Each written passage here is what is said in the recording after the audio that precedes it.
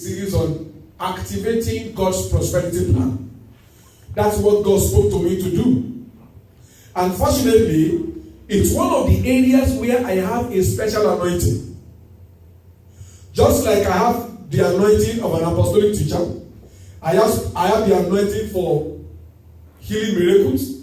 God also gave me an anointing in the area of open doors, financial open doors. And so he said to me, I want you to keep teaching the word because I am going to confirm the word. The Bible says, and the Lord was working with them, confirming their words. So I am trusting God that as many whose hearts are open to this message, whether you are in the service today, whether you are watching by whatever means, whether you are watching by YouTube, by television, by internet, whatever, anyone whose heart is open, God is ready to confirm his word. And last week I spoke to us about God's prosperity plan through the connection of Abrahamic blessing. Today, I felt led in my spirit to speak to us about activating God's prosperity plan using Job's understanding. Job's understanding. And as God was preparing me for today's message, the Lord said to me, do you know that somebody who doesn't have results is not qualified to give instruction? There's a proverb in Africa that says that if you want to tell me that you are a fashion designer, and look at your clothes and look at what you're wearing. If what you're wearing is good, then okay. And I'll ask you, did you sew this? You said yes, okay. I can give you my clothes to sew. Because you see, in this physical life where we are dwelling right now, people relate to what they can see. And the Lord said to me that let your people know that when it comes to prosperity, it's not everyone you can listen to, but you can listen to people who have actually followed God and experienced prosperity. That's why we looked at Abraham last week. Because we are told that Abraham had 300 men who are soldiers and they are slaves born in his house. And I want you to just visualize it. As you are seated there, you have 300 people that are working for you. You have, maybe even if you say, okay, I make two of them to stay in each store. That means when all of them go out in one day, all of them will go to 150 stores. And all of them will go to the market and make money. And then they will come back in the evening and give you an account and you are at home. When somebody like that wants to talk to me about how to make money, I will listen. Because he is making money. The Bible says he's rich in gold, he's rich in silver, he's rich in camels, male servants, female servants. When you see someone like that, you listen to them. And the second person God asked us to listen to today is Job. I want us to go to the book of Job chapter 1. Let us read the biography of Job to see if Job is worthy to teach you how to prosper.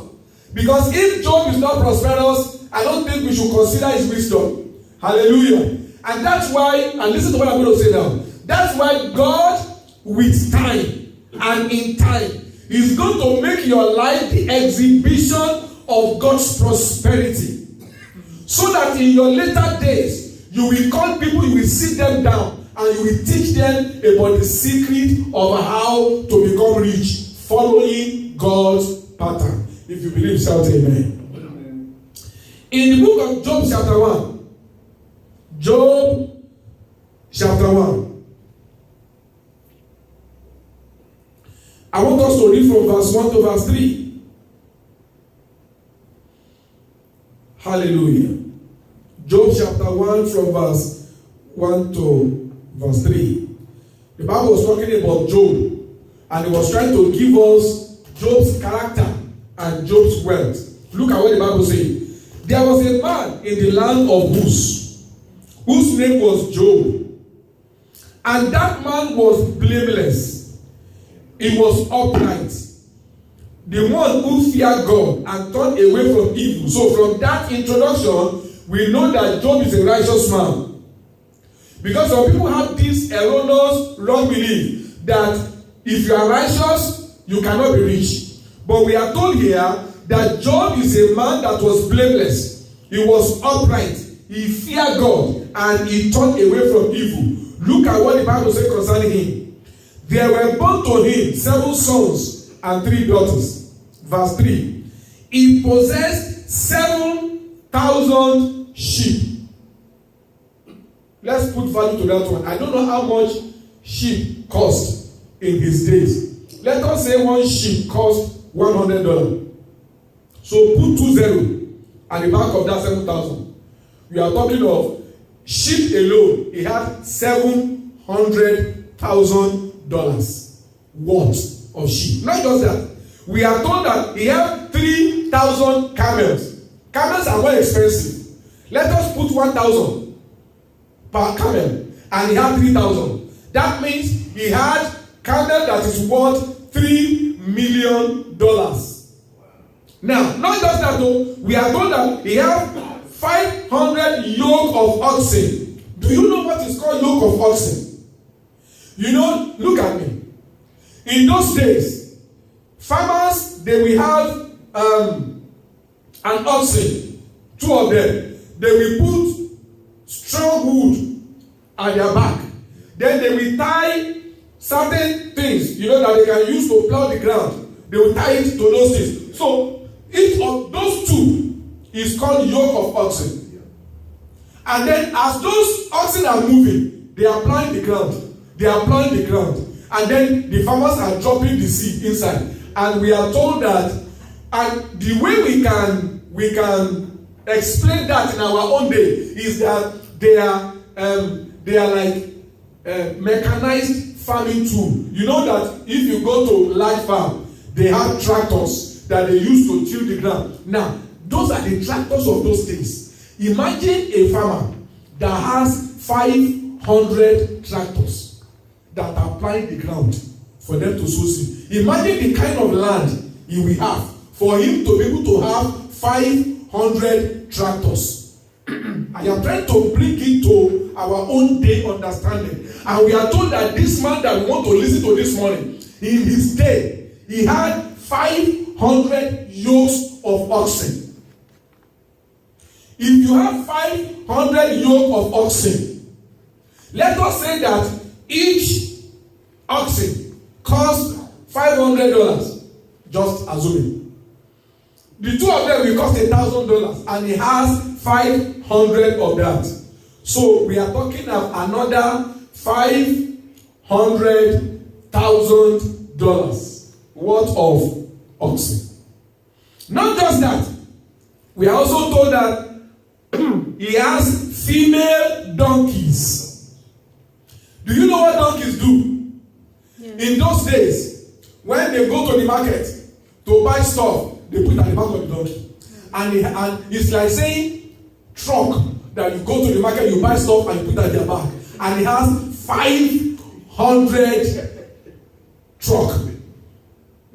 I'm just trying to bring the understanding, the wealth of Job to our own present day understanding. It has 500 of that. Are you seeing who we are talking about now? Yes. And the Bible says, and he has very many servants. Very many. They can't even count. They can't count. You know that if he has 500, they will say he has 500 servants. Mm-hmm. But if they cannot count, probably they are in their thousands. Huh? Yes. And you need to understand that you use money to buy servants. So if he has servants that are uncountable, you can imagine how much money he used to buy the servants. Now, like I was saying about Abraham, let us say Mr. Job has 5,000 servants.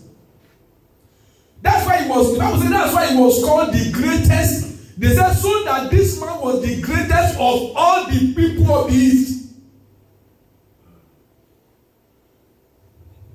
You can imagine the guy having his servants in every sector of the economy.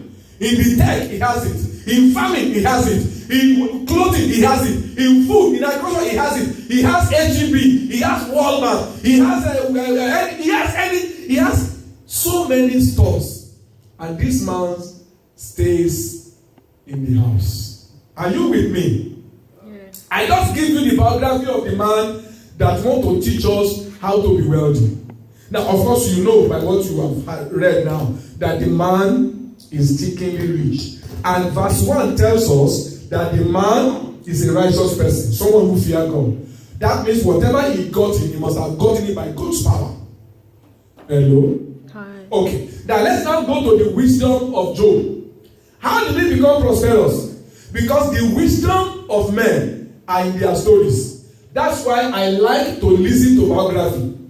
What somebody will not want to tell you, when they are explaining their life history, you will get the secret of their life there.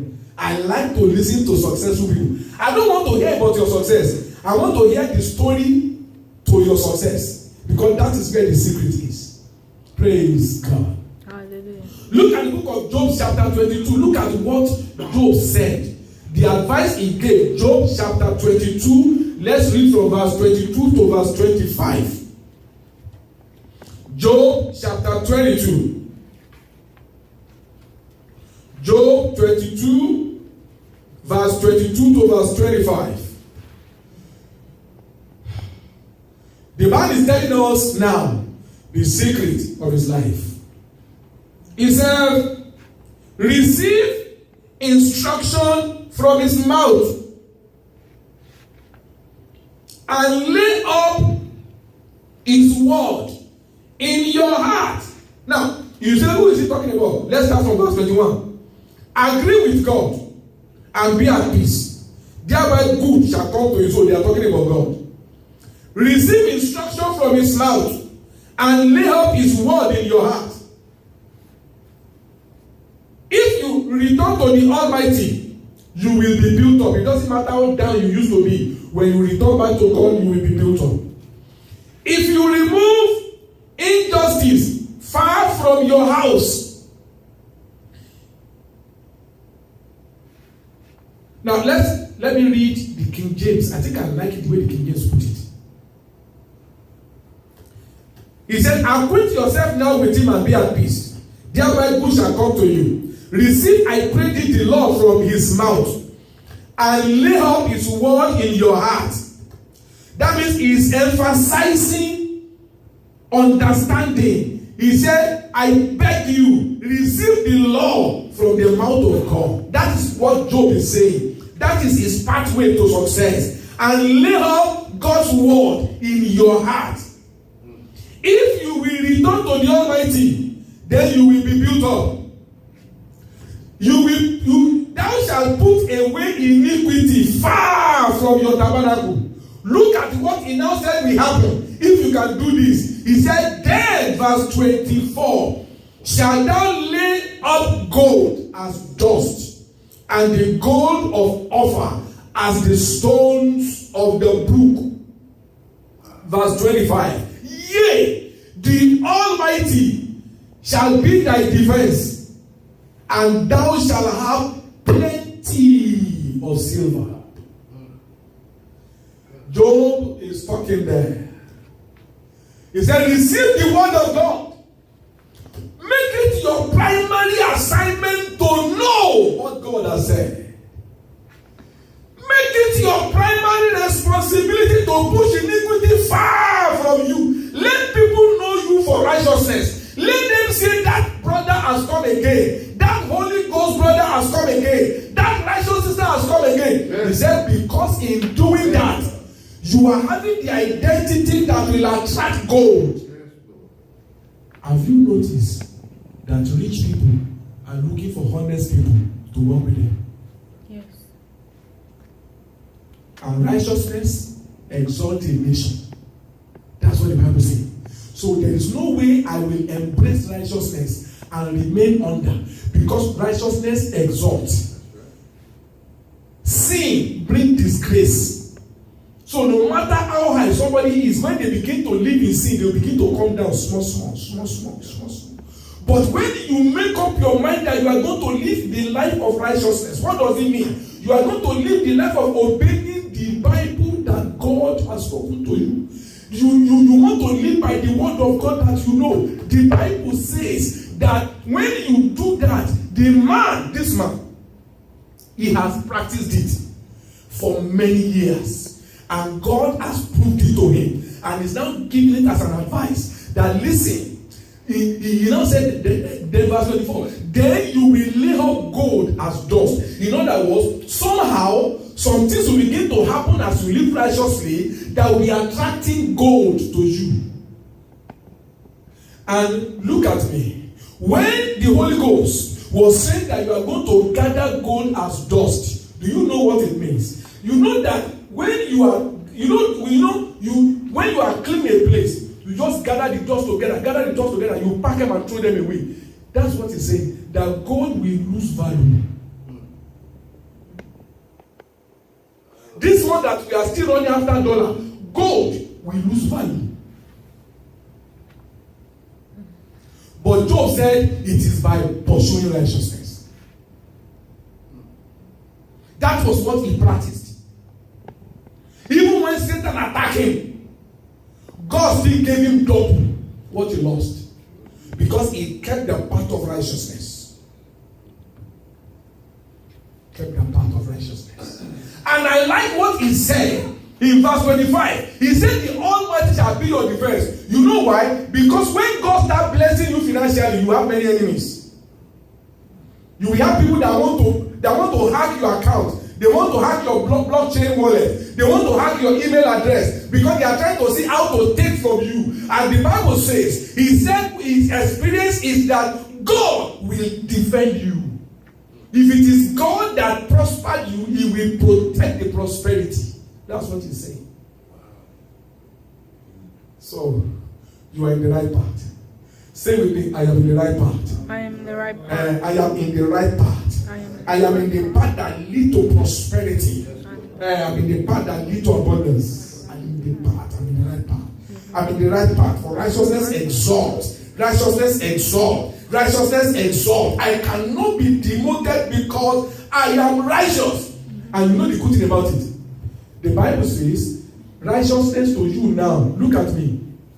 In the Old Testament, they work to become righteous. The Bible says, you are now righteous because you accept Jesus. Not because of what you do. It's because you have accepted Jesus. Well, okay, let's go to 2 Corinthians chapter 5. Let me show you something there. Because you see, there's power in understanding. There's power in understanding. 2 Corinthians chapter 5.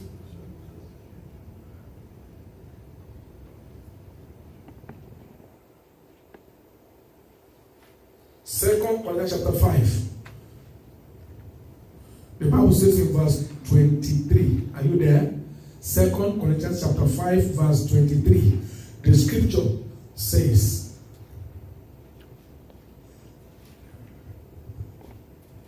I'm waiting for my brother. Yeah. Now it said in verse 21, for he has made him to be sin for us. Talking about Jesus. Who knew no sin. Why did God do that? So that we might be made the righteousness of God through Christ Jesus. Do you see that? Yes. You were made righteous not by what you do, but by what Jesus did. Hallelujah. Amen. I am righteous not by what I do, but by accepting Jesus into my life. He has become my righteousness. And if righteousness exalts a nation, that means I am a candidate for exaltation. Are you getting my point now? Yes.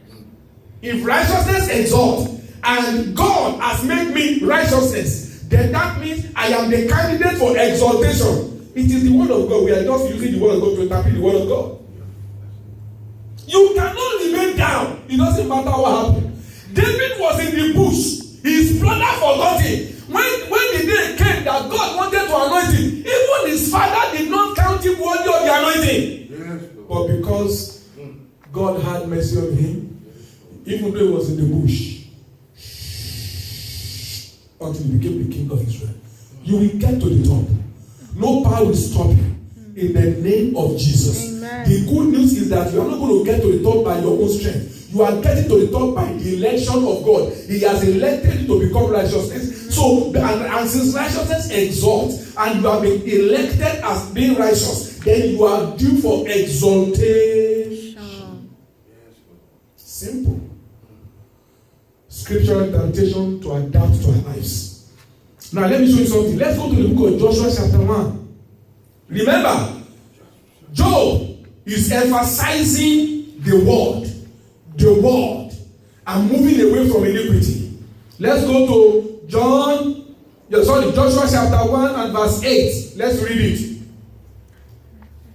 We are following the advice of Job today.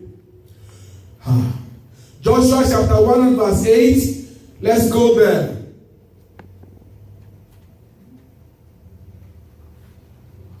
Look at what the Bible says in Joshua chapter 1 and verse 8. God was talking to Joshua after Moses had departed. This book of the law shall not depart from thy mouth. From where? Thy mouth. But thou shalt meditate. To meditate means you are thinking about it. Thou shalt meditate therein day and night. Why?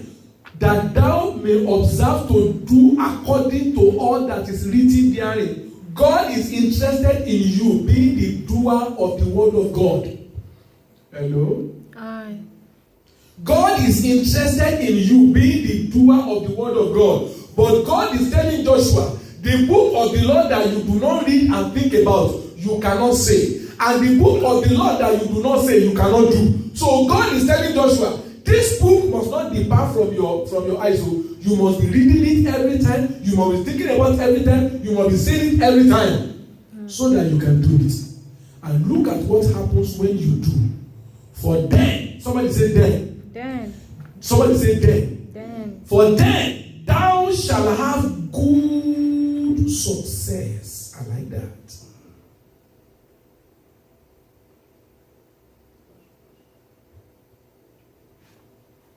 There are many opportunities for you to have the word of God now.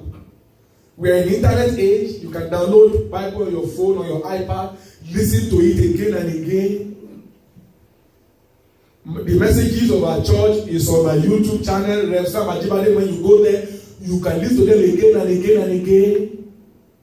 We make effort that every Sunday message, we also connect them to our WhatsApp group so that we can transfer them from YouTube to our WhatsApp group. You can listen to them again and again and again. Why am I doing that? I'm doing that so that you can have something to think about. Because I know that when you begin to think about the word of God, you see, whatever a man is thinking about, he will end up doing. Hello? Right. Whatever a man is thinking about, he will end up doing. And the book of James chapter 1 tells me that anyone that is not a forgetful hearer but the doer of the word will be blessed in his deed. Whatever you do, you'll be blessed. Because you are a doer. Remember, we are following the advice of Uncle Job. And we are trying to look at his financial level. And I like that financial description. The guy is rich in everything. He's in farming, he cannot be pushed back. In internet, it cannot be pushed back. You know, in food industry, it cannot be pushed back. In real estate, it cannot be pushed back. When they want to make economic decisions concerning buying and selling in his days, he will be invited by the government because almost half of the people that are selling in the market, they are his servants. Can you imagine that? That's what I like to become. While I'm praying and studying the word and counseling people, then I'm having money coming to me from different parts of the world. That's my vision. That's my desire. That's my goal. And we are told here.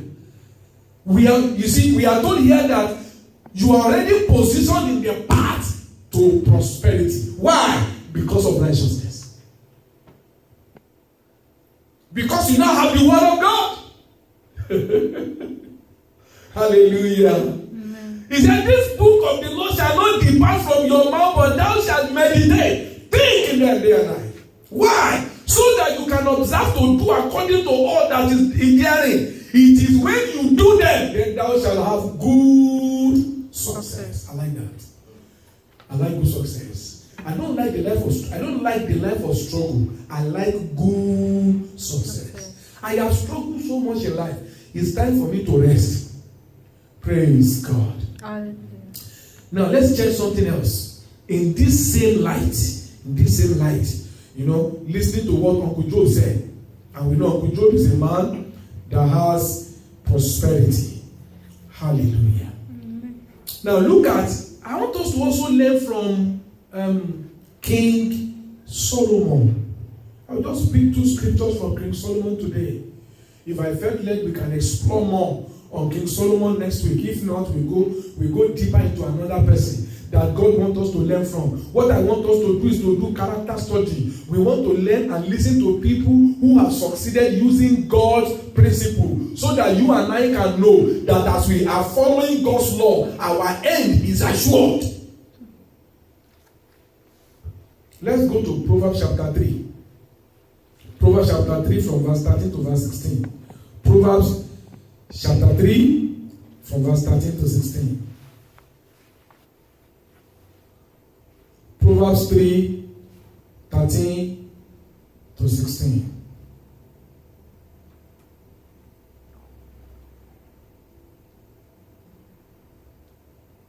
Proverbs 3, 13 to 16. It says, happy is the man that find wisdom, and the man that get understanding. Why? He said, because the merchandise of wisdom is better than the merchandise of silver, and the gain from wisdom is better than the gain from gold. In other words, if you can have God's wisdom, what you are going to get from it is more valuable than gold and silver. That's what he's saying. Verse 15. She is more precious than rubies. Talking about the wisdom of God. And all the things that you can desire are not to be compared to her. The wisdom of God's word. Verse 16. Length of days is in her right hand, and in her left hand are riches and honor. I like to have riches with honor. I like the government of nations to respect me because of the riches that God gives to me. You know, there are some people that when they enter this country, by virtue of what they have, Trump will give them private invitation for lunch. By virtue of what they have. And that is who God wants us to be. Let me blow you up a little bit. Do you know that during the time of Abraham, the Philistine king was so afraid of Abraham's prosperity that he had to call him and say, please, let's make a treaty that when an enemy comes to fight us, you won't join them. Say, because I know the way God blesses you, if you join our enemy, they will overcome us. And they had to make an agreement. One man, by God's blessing. And when Isaac time came, the same thing happened. It began to prosper. It began to prosper. And they said, no, you have to leave our land. You are too big for this land. Can you imagine one man, the government of a country, saying one man is too big for their land? And do you know you carry the same potential? You carry the same grace. I carry the same grace. Because the same God that made them great is the same God that you and I are serving.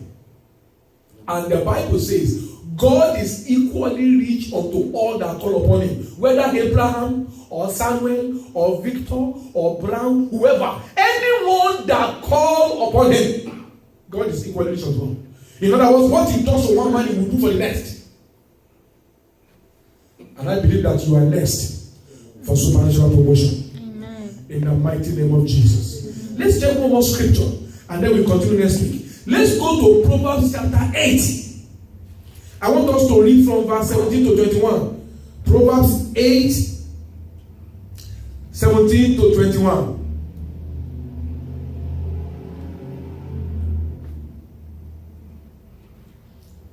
Proverbs chapter 8, 17 to 21.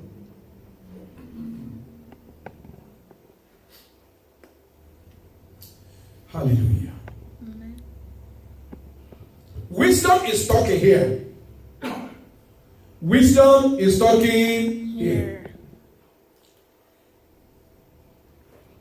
When you look at verse 12, he said, I wisdom dwell with prudence. So you know that wisdom is talking. Let's go back to verse 17. I love them that love me.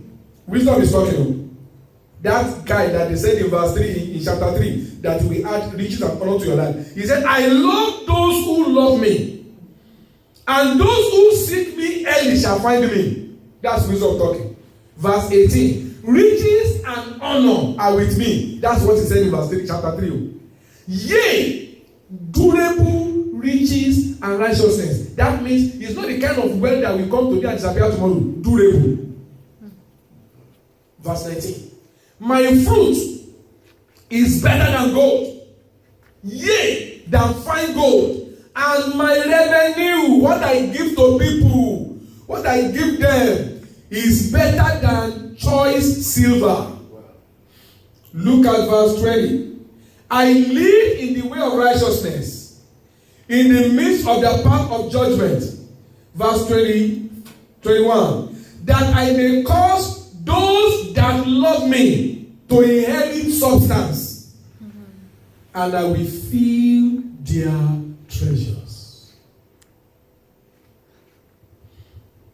Now, when you look at all that wisdom is saying here,